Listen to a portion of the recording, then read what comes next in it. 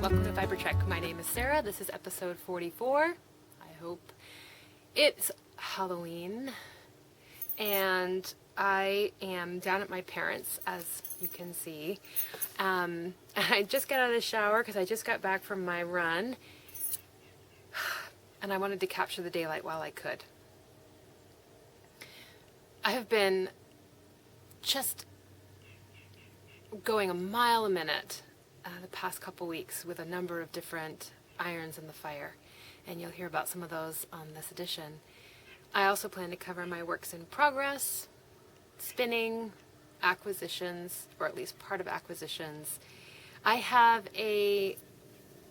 not a textiles in time, but I wanted to talk a little bit more in depth about my chosen breed for the Swatch Along with Knit British, so I will include that. I will do a Shackleton update, and we'll go from there. Very quickly, there were a few people who introduced themselves in the introductions thread, and I feel like I have been remiss in highlighting their lovely introductions. They include Bethy40. Let me get back there. And let's see. I think I may have already thanked her. Oh no, Bethy40. She is Becca, and she is an expat living in Scotland. She's been there for about 10 years. She's also participating in the Shackleton Along. And she's going to attempt to spin, design, and knit her own jumper, which, according to her, is a real challenge. Especially because I currently use only a few drop spindles, and with a toddler, my time to use them is limited. Well, we're so glad to have you both in the group and participating in the Shackleton Along. So thank you so much and welcome.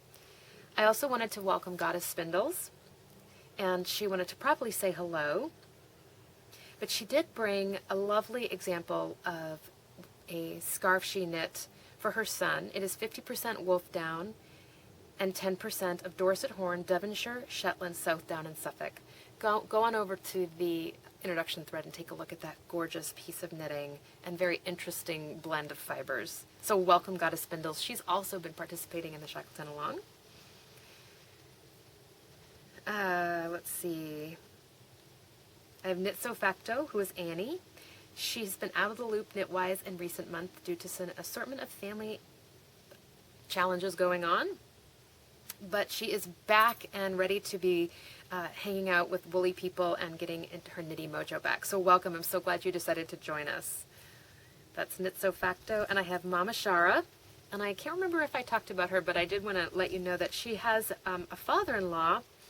And let's see, where does she say it?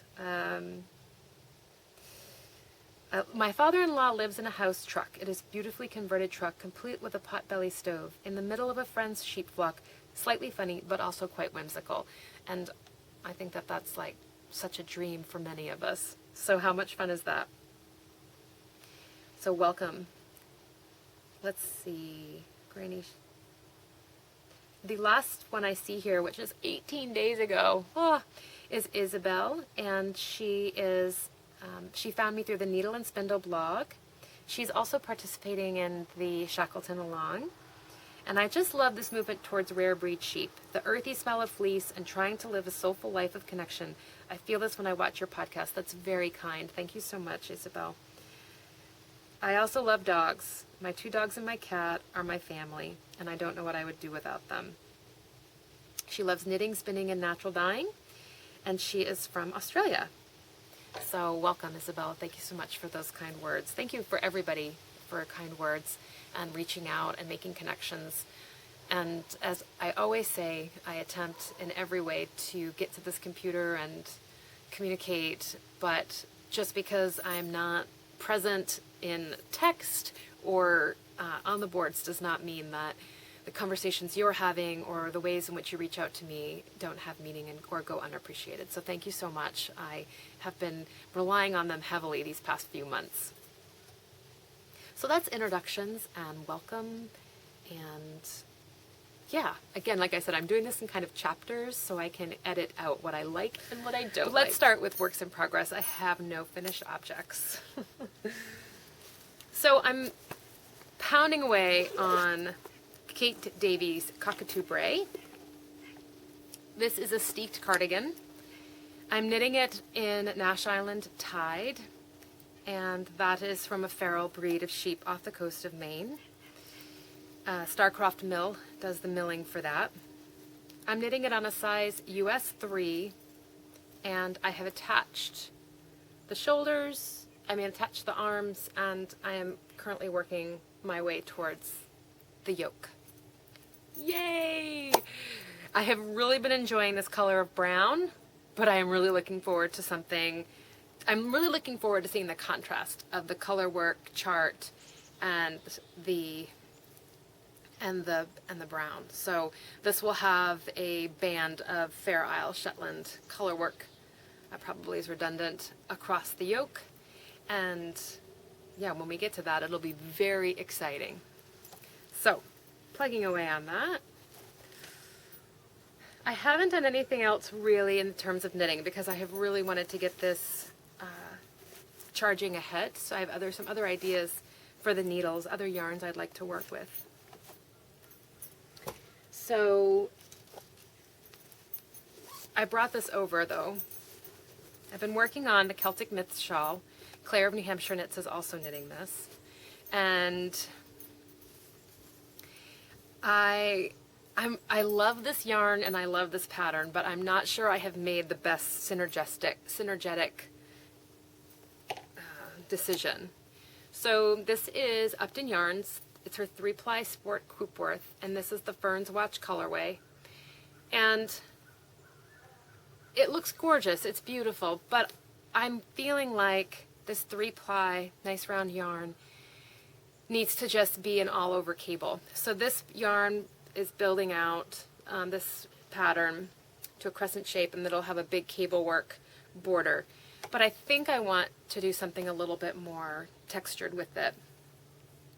So I have looked at doing the Stockholm cowl, and that is a free pattern on Ravelry. So I think I'm going to rip this out and put some energy and effort into that cowl.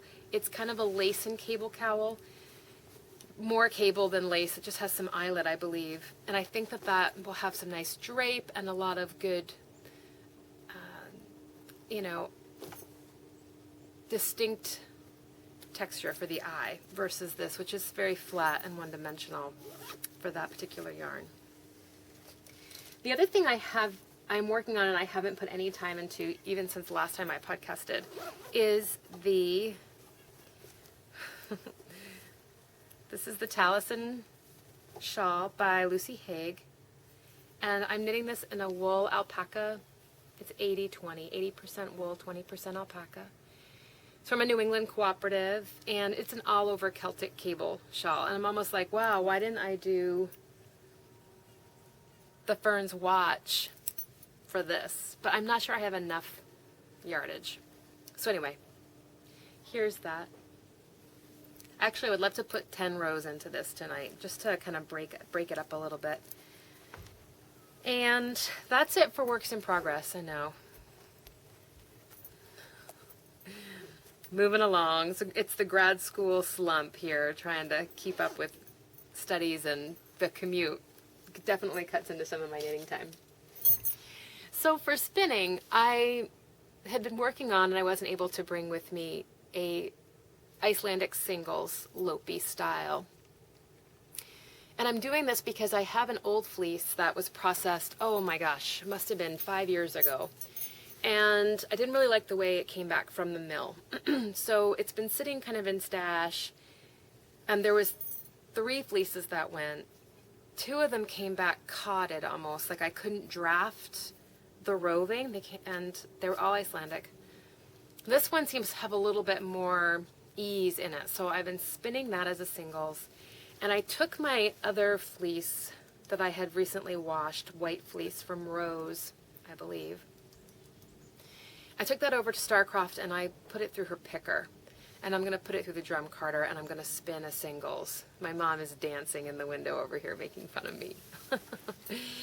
So that's on the wheel. I am still spinning the Nash Island, flat island fleece. And I realized that Wovember is upon us. In fact, Wovember, which is a celebration of wool, starts in November. And as part of that, I am participating in the Knit British Breed Swatch Along. The details are over at the Knit British blog, and I would encourage you to read them and get familiar with them because they are extensive, which is great because it's a very structured and methodical way of working through a breed-specific wool. So I have chosen to do herdwick, and my lovely friend Deb, Happy Debs from Britain, brought me over some herdwick bats. What do you think? You getting any? So, yeah, that's not too bad, is it? No. There's quite a bit of Kemp. I'm going to talk more about this breed in a minute, but I really wanted to get this on the wheel. So that's another goal for me today. Oh, it's not a bat, it's roving. So I will be working on this on the wheel and trying to get enough done to do a swatch for Louise's community project. I'm just starting to touch this, and you can learn more about it once I work through Louise's guidelines about my impressions. But I'm really excited about it.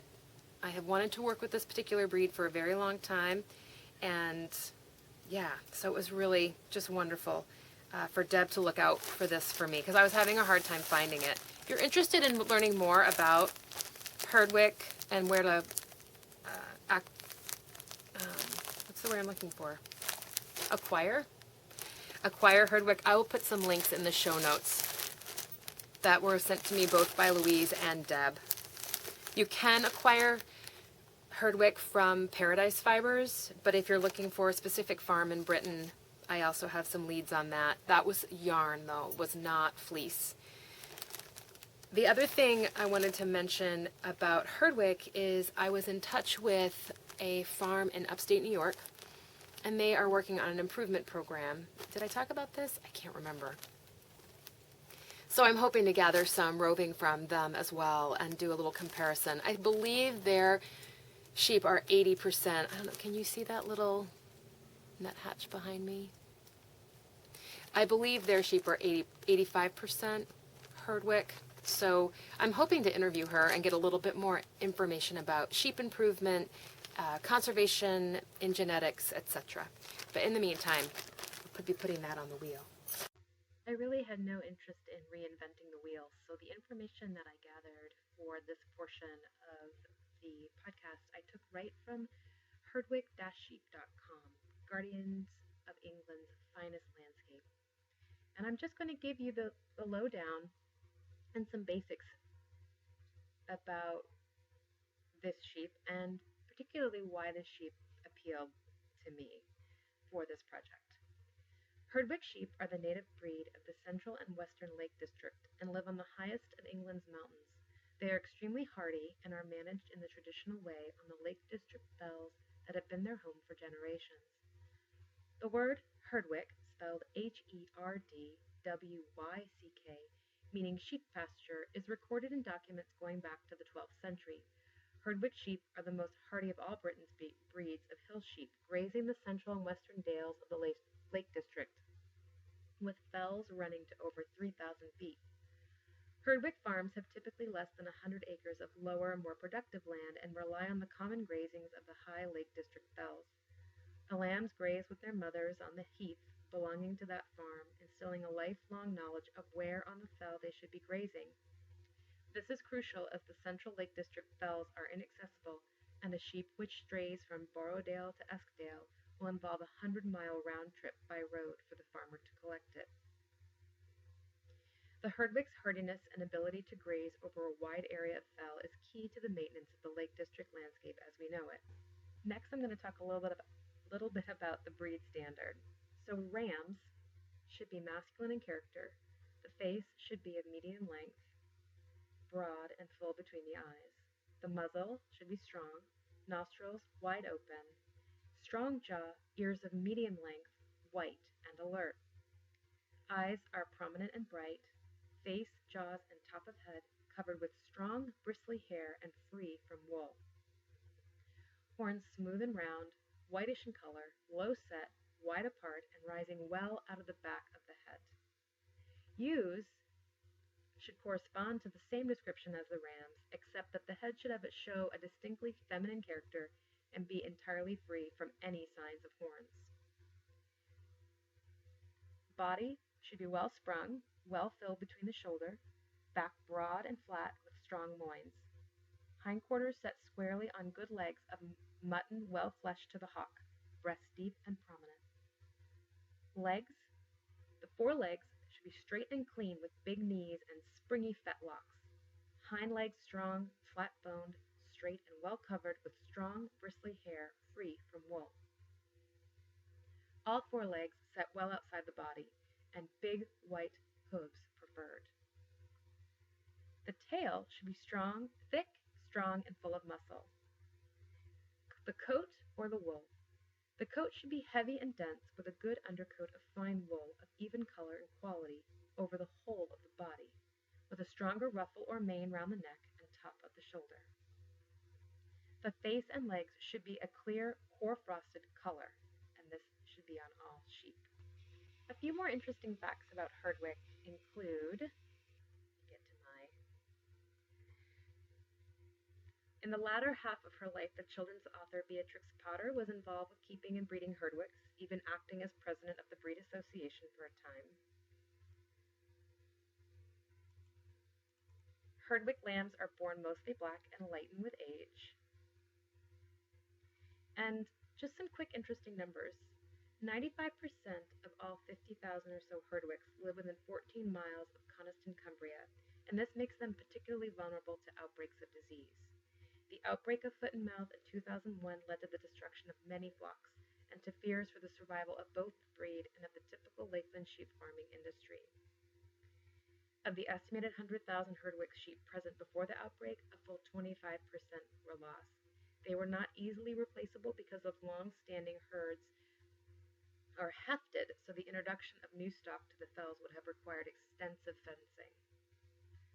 So just a few interesting things about this breed, and that concept of hefting is one of the reasons that they appeal to me so much, that they're so correlated to their landscape. They kind of remind me of salmon in that way, but their intuitive nature, their hardiness, their long-lasting indigenous contribution to Britain is just a very attractive piece of why I decided to work with this particular wool for the swatch-along. I hope that you have enjoyed that little tiny bit of information about Herdwicks, and if you would like to learn more, you can certainly look at the Fleece and Fiber Sourcebook or visit the Lake District, the Guardian of the Fells website, and as well as, of course, Wikipedia, which I also used in some of my research here. Now for acquisitions, before I go into acquisitions, you'll notice that I've inserted my Herdwick information.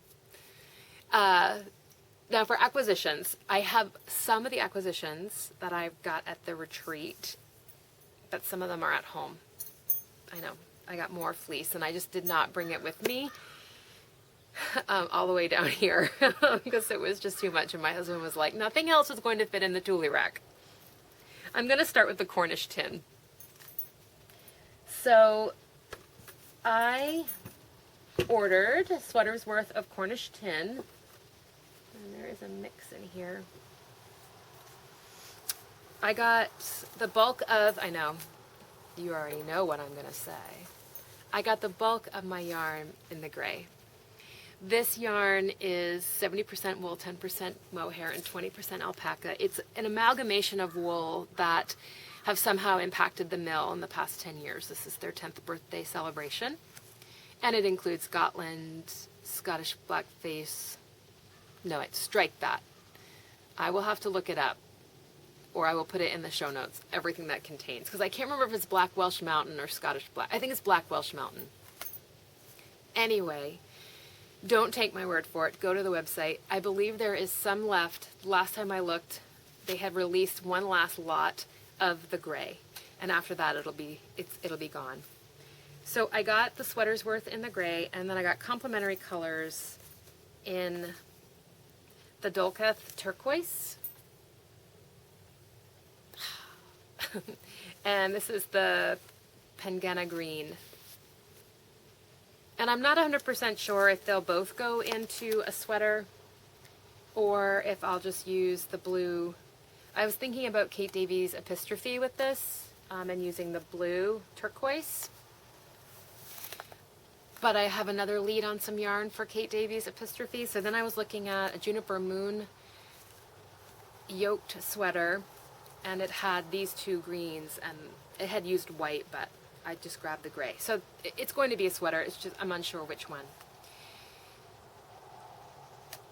I love this yarn, and I'm really pleased that I was able to make an investment in something so special.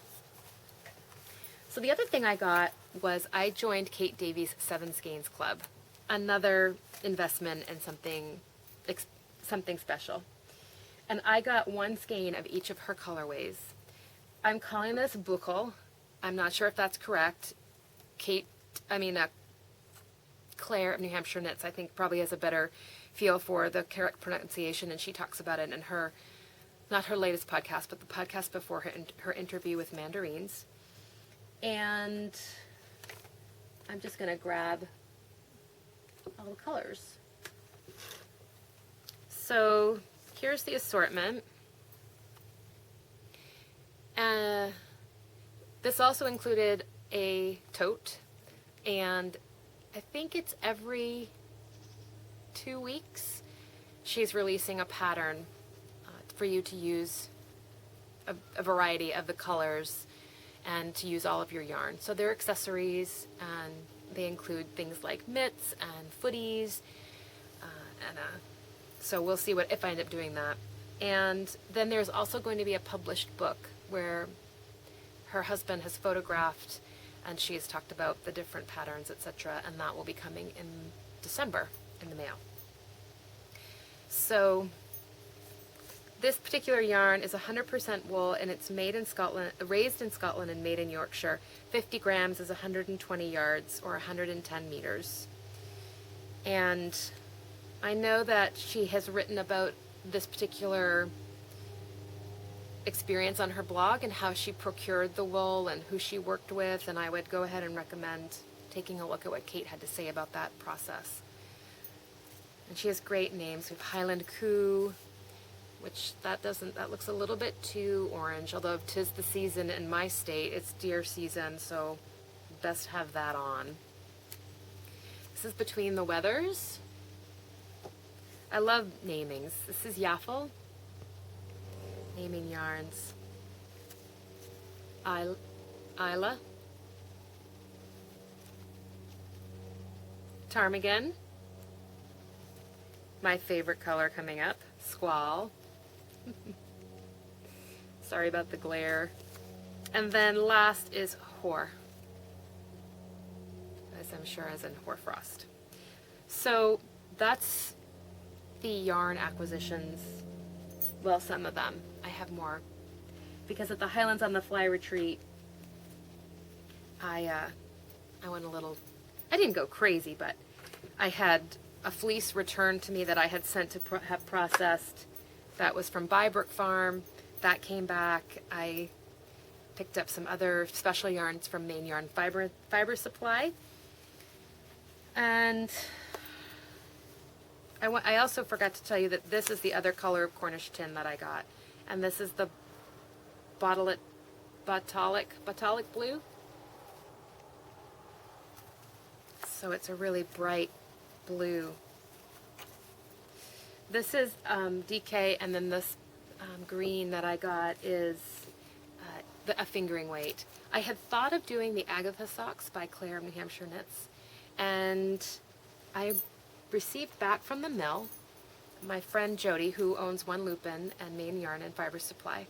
She curates yarns, specifically Maine yarns, for the shop. She goes out, she assesses fleeces, she creates blends, and she was interested in doing more work with Icelandic. So she took Little Girl's Fleece, one of my sheep, And we had that sent out and processed. And this is a singles yarn, and it's a fingering. It's gray. And it's light as a feather and would make the most beautiful Faroese shawl. And I'm thinking, I'm not sure it will work, but I would love to do something with the two of them. You know, this is a very special yarn. I have all of her fleeces. I've had her for 3 years, 4 years. And I've given one of her fleeces away. And then this year's fleece, this is last year's fleece, went to Jody, and this year's fleece went to Jody. So I want to do something with this so I can have something from my sheep, from little girl. So I don't know if that will work out, but I thought those two looked nice together. All right, I think that's it for acquisitions. I'm going to do the Agatha sock giveaway. I need to stop this and go get all my information to do that. And I also have some other interesting prize donations for another fun giveaway that I'm going to be doing for the Shackleton Along. So hold on. So this week we get to give away the Agatha sock pattern, which is a sock pattern by Claire of New Hampshire Knits. She will be organizing that digital download for you. But let's go ahead and generate. We had 19 entries. I was the first one, obviously. And the prompt was to tell me what you might knit it out of. And there was some great opportunities to look for what people use for socks when knitting. So I'm going to generate a number between 2 and 20. Number 11, and that is Auntie. I have a skein of Cascade Heritage in white, as close to white as wool gets anyway, that I think would be wonderful for showing off the pretty stitch pattern. So Auntie, if you could contact me so I can put you in touch with Claire, you will be knitting up the Agatha sock patterns faster than you can say, Brock. Awesome.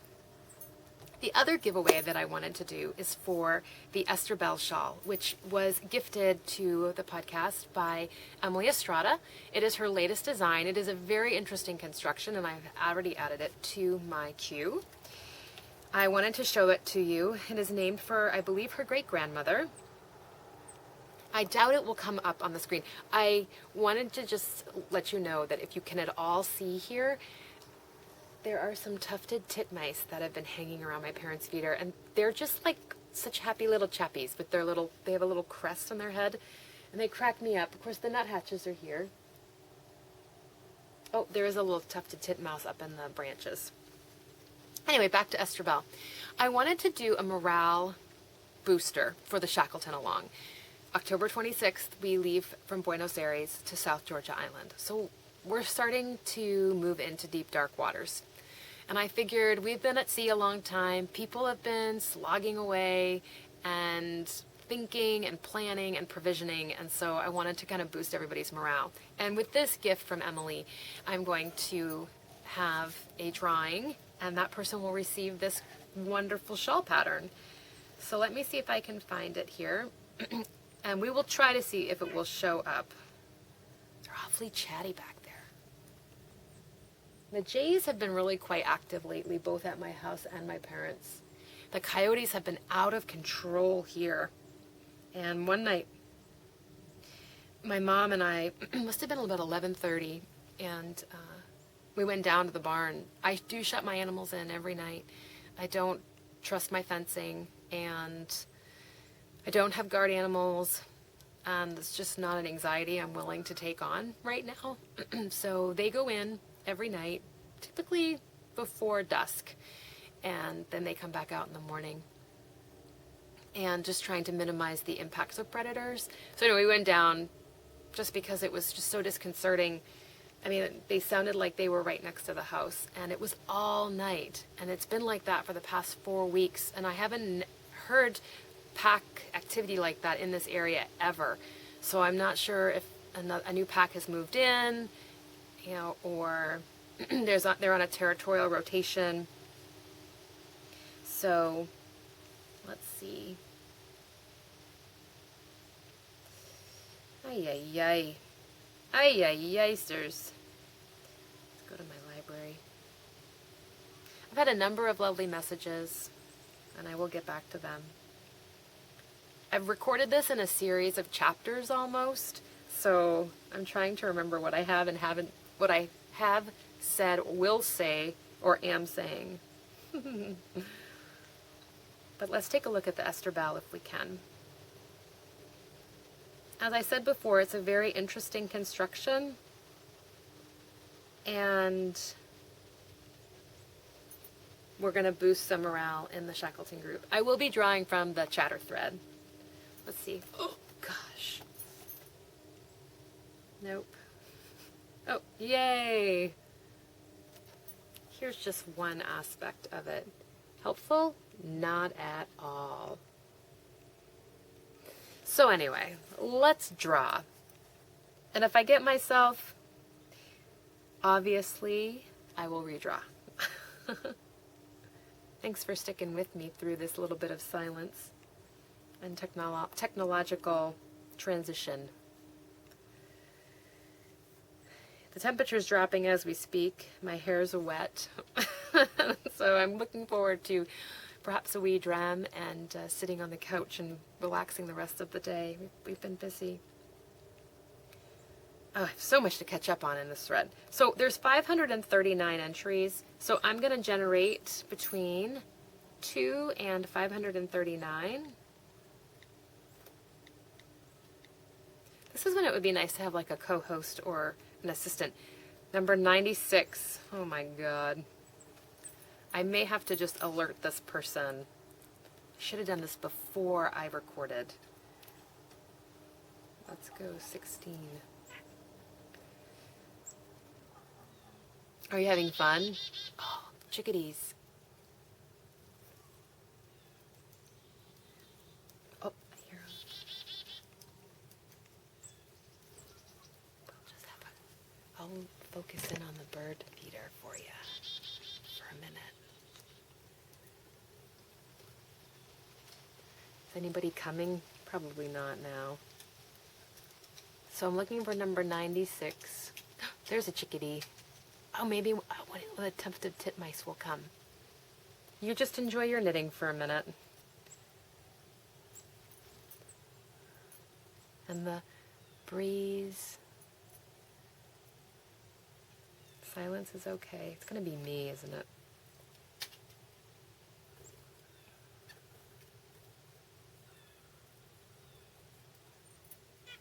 Number 96 is Kim Buck 27. Oh, there I am. Would you rather watch the birds? Number 96 is Kim Buck 27. So Kim Buck 27, if you could contact me, I will put you in touch with Emily and get you that new pattern. Just what you need for this great Shackleton along is you're completely immersed in your challenging project, but maybe it'll be a nice palette cleanser. So thank you so much, Emily of Fibertown Designs and Fibertown Podcast, for that lovely donation. I was also gifted earlier on a release of Sarah Pomegranate's new pattern, and I wanted to encourage you to go take a look at that. It is in my queue. I have some ideas for it, but she does mention that it is a great way to use gradients. I believe she talks about that on her podcast. And again, I'm probably not going to be able to capture that picture, but I did want to give you the name of the pattern. And I want to call it Rust, but I'm not sure if it's just that name. So, oh, who's there? Oh, I don't know who that was. We're back in the silence again. Rusted Wing, that's the name of her new pattern. So 2 great podcasting friends, 2 new designs. I would really encourage you to go take a look at them. Sarah Bauer is the designer name. I always refer to her as Sarah Pomegranate, but she does have a real live name. Great, and I will link both of those in the show notes. The last chapter, if you will, is events. I had a lovely time at Highlands on the Fly 2015. That's co-sponsored with the Fiberista Files and Heather of Highland Handmaids. We had amazing vendors. and amazing retreat goers who just really showed their support for those of us committed to being in the North Woods. I think that we had like 85% of the people who attended have attended the past 3 years, which is just crazy. And it's wonderful to have new faces, and it's wonderful to connect with those alum who have trekked again and again up 95, past Bangor, over the Penobscot, and to our door. Heather and I are getting together to chat about what we will be looking at for 2016. I'm looking forward to telling you about that. I'm losing my light. The other event I wanted to tell you about that we will be doing again is I co-host the event, Tidal Tours.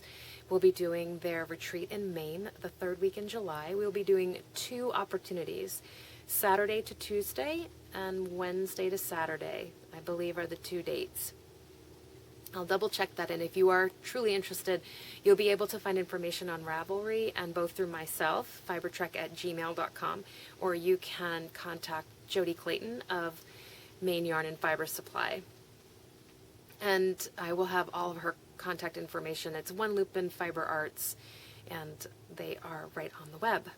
That retreat will consist of amazing food, amazing views right in Machias Port, which is another wonderful and wild area of Maine. So we kind of have the woods, and now we've got the coast covered. I'm looking forward to that. Some of you have asked about Scotland, and Jody and I have had a very long conversation about taking a group internationally. And while I am quite clear about what I would do and how we would get around Orkney and etc., we both wanted to invest a scout trip, and we will be scouting a trip this year together before we bring anyone along.